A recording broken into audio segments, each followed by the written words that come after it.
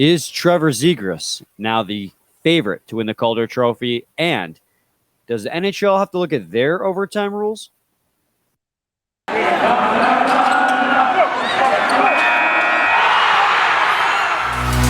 You're Locked On Red Wings, your daily podcast on the Detroit Red Wings. Part of the Locked On Podcast Network, your team every day.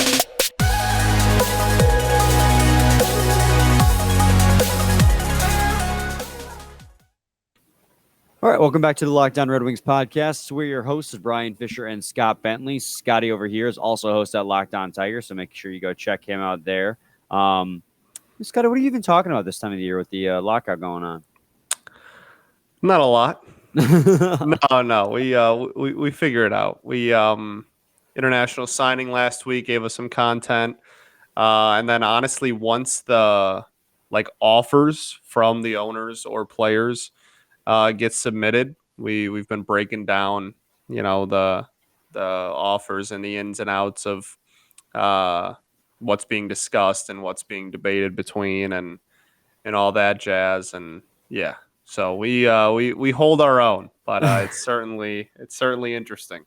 Things are finally starting to move on the MLB front, it seems, as the players and the Players Association and the owners are going to meet again. So hopefully they'll give you something real newsworthy to talk about in the near future here, Scotty. Hopefully. But here on Locked On Red Wings, we got a pretty good show ahead of us. Do you want to thank you guys for making us your first listen every day. We are free and available on all platforms. Scotty, we hit 150 subscribers on YouTube today.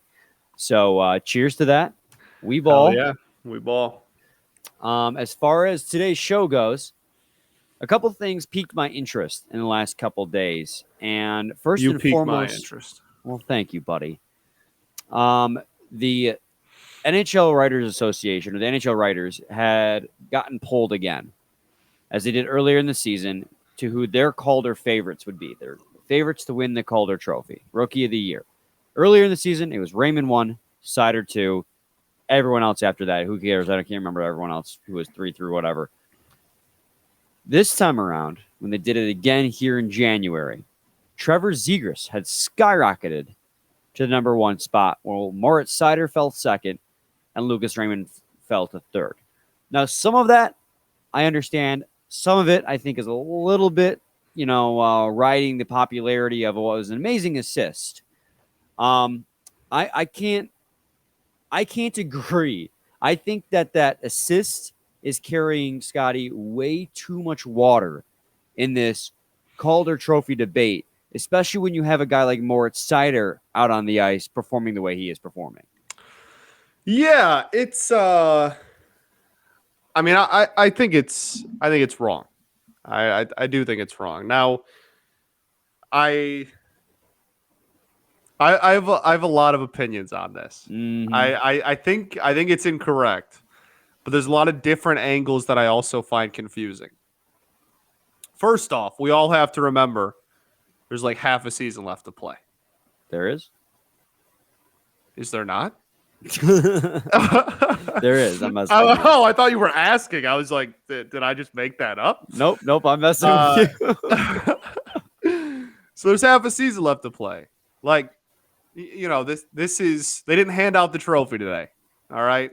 Stuff happens. I think it's wrong. And I think it's comfortably wrong. I don't think it's really close to being right. I think it's pretty comfortably an incorrect ranking. And if that's how it is at the end of the season, if we're looking at similar prorated numbers to what we're at right now, then I'll have a much bigger issue with it.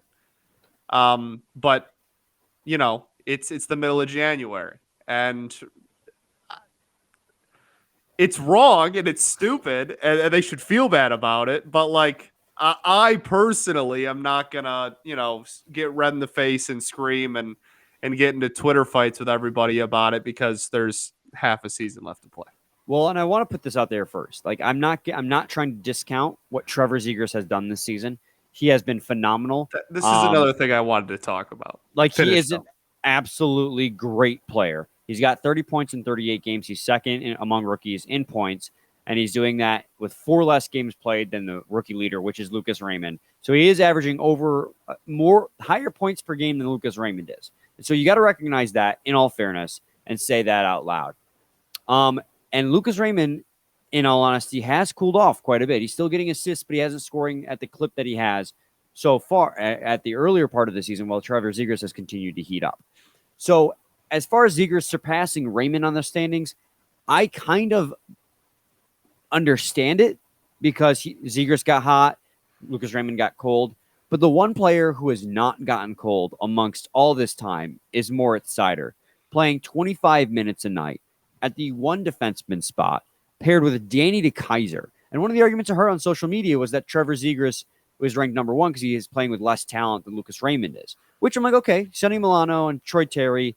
Troy Terry's really good. Sonny Milano's okay. Raymond's playing with Larkin and most of the time Bertuzzi. So there could be an argument there to be made. But again, that's why it's back and forth with Raymond and Zegras, and I'm not too worried about that. It's that Moritz Seider playing with Danny DeKeyser, playing 25 minutes a night, playing the number 1 D-man at 20 years old in his first year of the league, is at number 2 in those standings. And this is where my problem comes with all of these trophies, Scotty, in that it relies so much on who's the flashiest player, that defensemen and goaltenders never really get any due respect. Yeah, you're absolutely right. And I think part of it might just be a weird way for the NHL, who is notably and famously horrible at marketing players, to try and make up for that.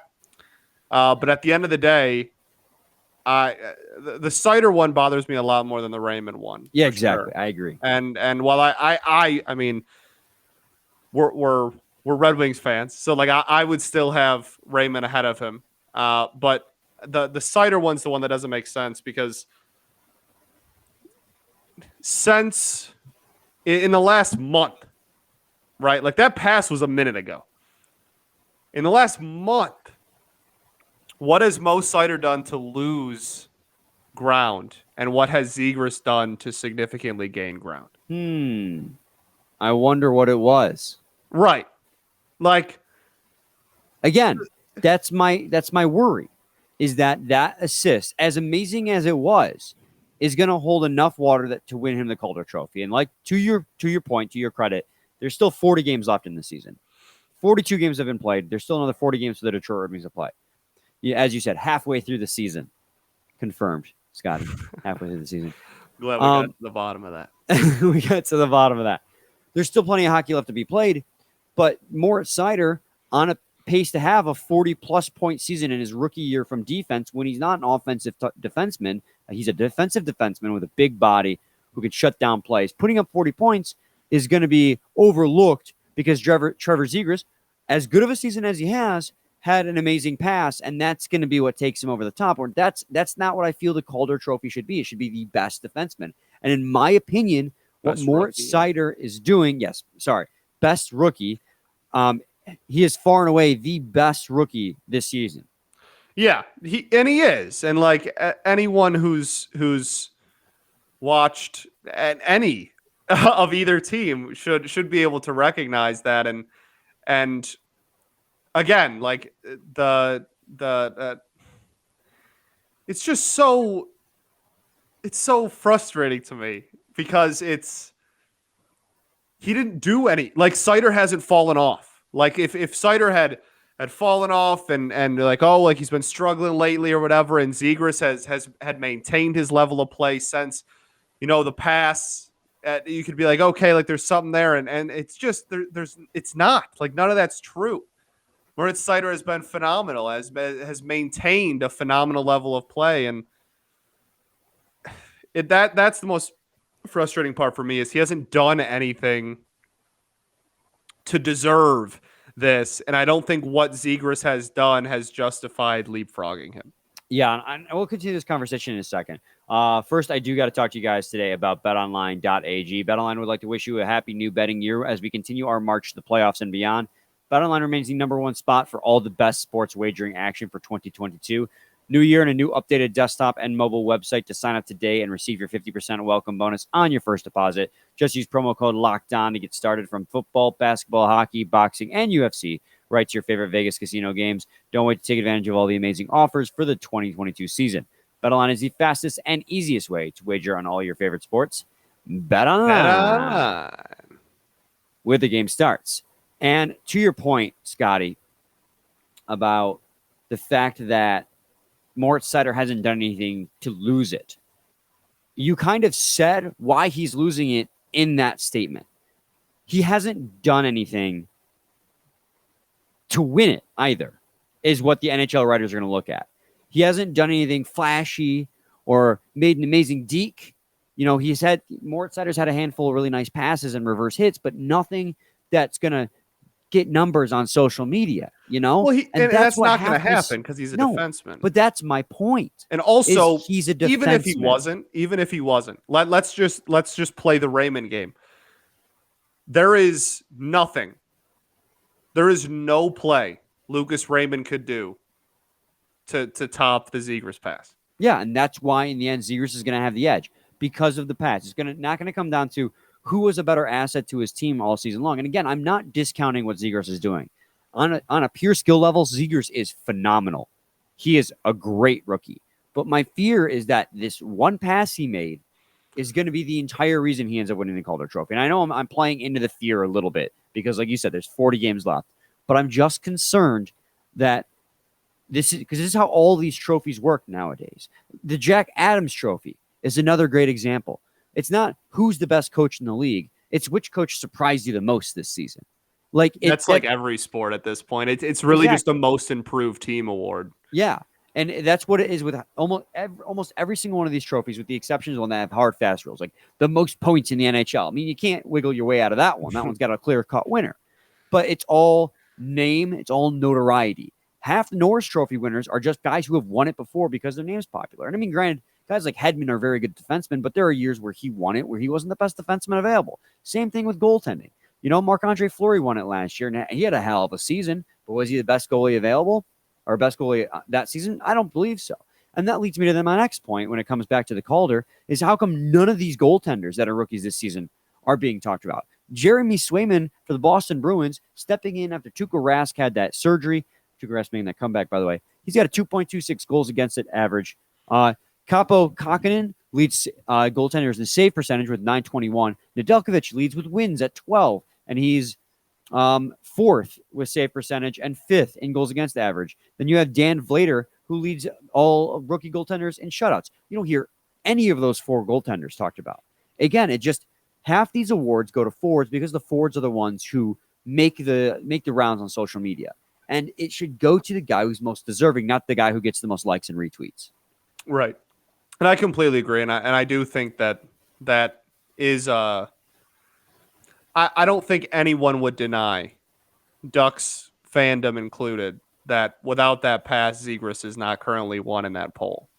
I don't think that's a deniable thing to claim. And at the end of the day, I'm just going to keep telling myself there's 40 games left and hope for the best. The thing that I have the biggest not this, I guess not issue, that's not the right way to word it, but one of the things that's frustrating me the most is that they are now, because of this, and again, 40 games from now, Mo Seider could win it. We could all be good.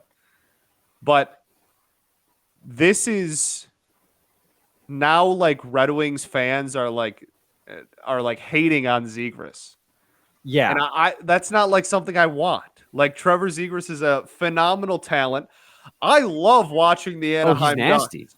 I love watching the whole team. That is, outside of the Wings, I've watched more Ducks games than any other team in the NHL. They are one of the most fun and pure entertaining teams to watch in the entire league. They are an electric factory. They're playing way ahead of their rebuild. I will root for them in the postseason. They're a fun ass team with a lot of young ass talent. And now because of this, and because writers are overreacting to something or whatever the justification is, because the writers are wrong, the fan bases are now going to get to a point where they're going to start going after each other. And it's going to be like, you already see it. You go on Twitter, and when that poll came out, it was all over the place. It was, well, right. But there's a difference between saying, hey, I think Zegras, I think the pass is the reason to this, versus like, F Trevor Zegras, F this loser, get the Ducks out of my face, screw that franchise. Like, this is stupid and whatever. Like, it's like that. This is not something that I wanted to happen coming into the season, because I enjoy watching Ducks hockey very much. And now I'm looking around and I'm like, well, now they're becoming the enemy off of no fault of anybody's, except writers that aren't affiliated to either team. That's sad. You make a great point. That makes me sad, because now we're going to get to a point where there's this young, exciting team that's hopefully we can face in the cup someday. Like, this really young, fun, and exciting team, and now we're getting a rivalry pinned on us over third-party writers. Literally not any of ours, not any of theirs. Our fan base didn't start it. Their fan base didn't start it. And the players are just playing as well as they can because that's their job. It's literally a bunch of third-party people just played God and made us now despise each other. And that's why, as much as I'm defending the Red Wings rookies and how they're playing, I'm trying my best to give credit to Trevor Zegras, and I've said it a couple times, but he is a phenomenal talent. And if he wins it, it'll probably be because of his own merit. But I just, again, that pass, man, you can't get it out of your face. They keep shoving it everywhere. Every time they mention Trevor Zegras, and rightfully so. I mean, I complain about marketing. Like, that's how you market a guy. But I want him to win it of his own merit. And I think he definitely could. And this is definitely not a slight at Trevor Zegras at all, because he's playing so great. It's just 40 games from now, he could put up a whatever. He could snap in the second half and have a 25-goal season as a rookie, and you'd go, all right, Jordan Shrug, take your dub. But yeah, right Moritz now, Seider, baby, it's ridiculous and it's wrong and it's asinine. You know what's wrong and asinine though too? Going to overtime and not even touching the freaking ball. That was a great transition, and you're absolutely right. I watched that playoff game. I watched both games on Sunday. Both of them were phenomenal. Stafford, baby, going to NFC title game for the first time ever. 9 God. Here we go again. But that second game between the Bills and the Chiefs, first of all, that 2-minute warning, after that last 2 minutes after the 2-minute warning, Josh Allen and Patrick Mahomes, that was their game, man. I don't know if I've ever watched. I thought the game before that was the most exciting. The last I've ever 90 seen. seconds. Insane. But what also is insane is the way that game ended. The fact that the game was determined essentially by the coin flip has sparked the controversy all over again of whether or not the NFL has to revisit their overtime rules. And that, again, piqued my interest, got me thinking, does the NHL need to readdress their overtime rules? And a couple years ago, they changed it from 4-on-4 overtime to a shootout to 3-on-3 overtime to a shootout. And they saw an increase in scoring during the overtime period because of the extra ice, avoiding the shootout more often than not. But the problem is they didn't address the root of the problem. They kind of, beat around the bush. The root of the problem is what makes the overtime suck is the fact that the shootout exists at all. Like, that's just it. They need to get rid of the shootout. Yeah, F the shootout. I'll say it. Screw it. It's stupid. And like, just the same way that a coin flip can determine a winner or a loser in pro football, I don't think college football's overtime is perfect by any means, but it's sure as hell better than whatever the heck the NFL's doing. I mean, it's asinine. It's stupid. And yeah, and to the NHL, that's a great kind of transition to make, and the shootout's dumb. It's stupid, and it shouldn't determine a winner or a loser. It's so fudging dumb. Like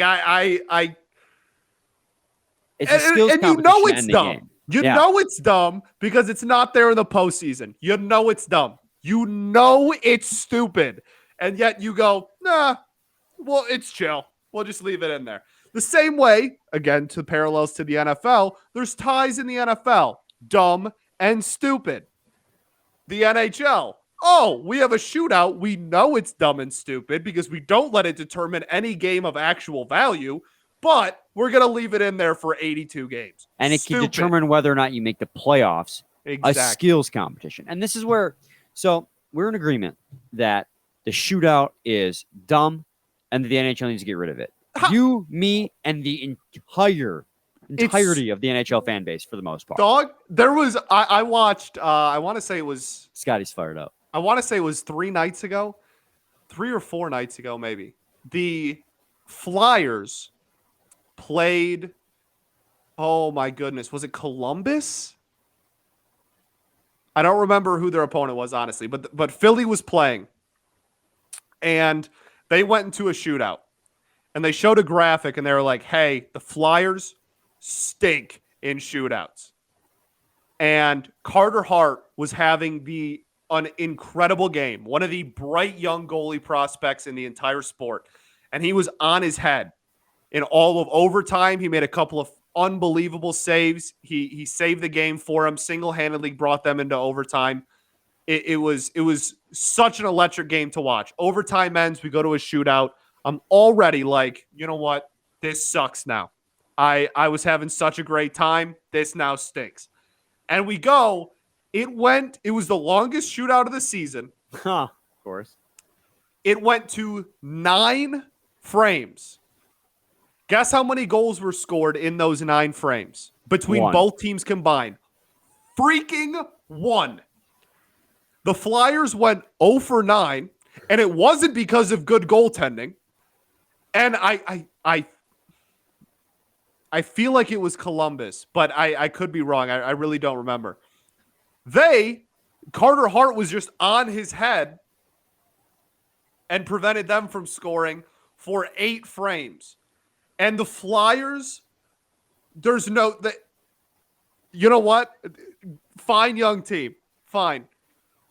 Nobody that could score on a one-on-one on a solo breakaway. I mean, my goodness. They focus on puck movement when they score goals. Yes, very. That's the nice way to put it. And it was just so asinine to me that this fantastic game with a fantastic goalie performance, and it got chippy, and it was fun to watch, and I wanted more, and it was brought to an end by a 9-frame shootout where both teams combined for 1 goal. So the idea behind the shootout was to bring a quick end to a hockey game, but they have not been quick ends to hockey games. Oftentimes they go past the 3 frames and go to 5, 6, 7, or in this case, 9 frames.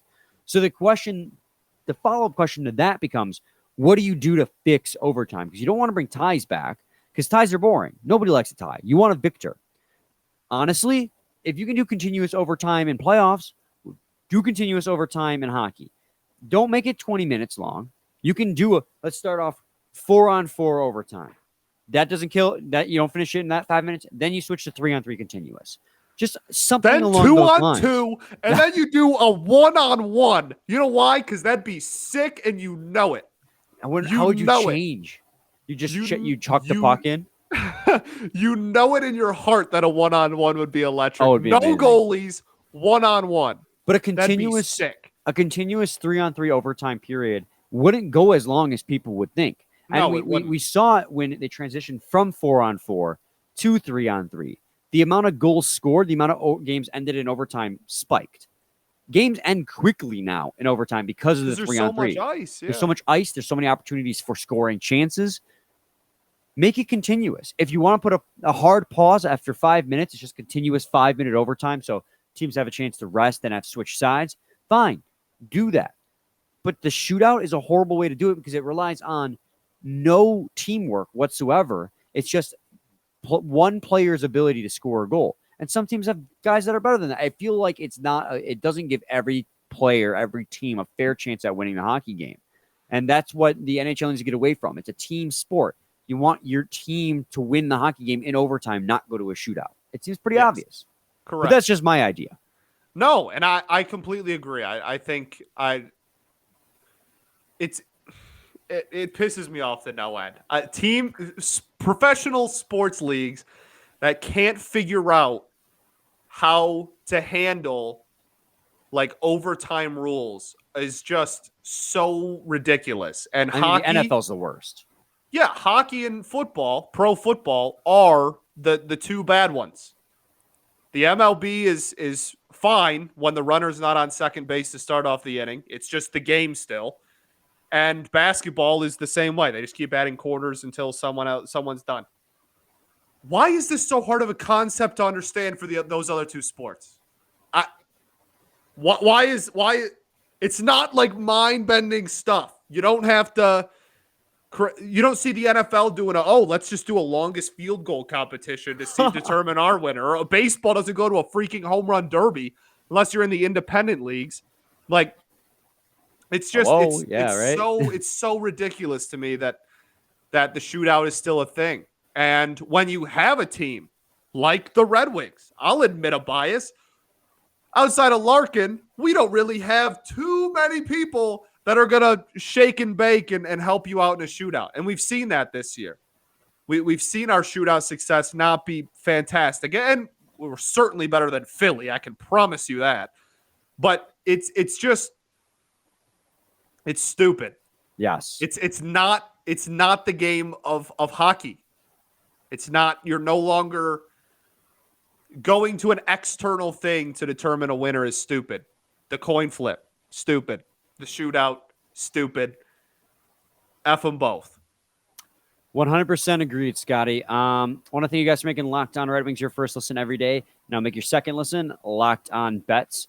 They're your one-stop shop for all your gambling needs. Locked On Bets, hosted by your boy Q, with expert insight and analysis from Lee Sterling. Thank you. I was waiting for that thing to pull up.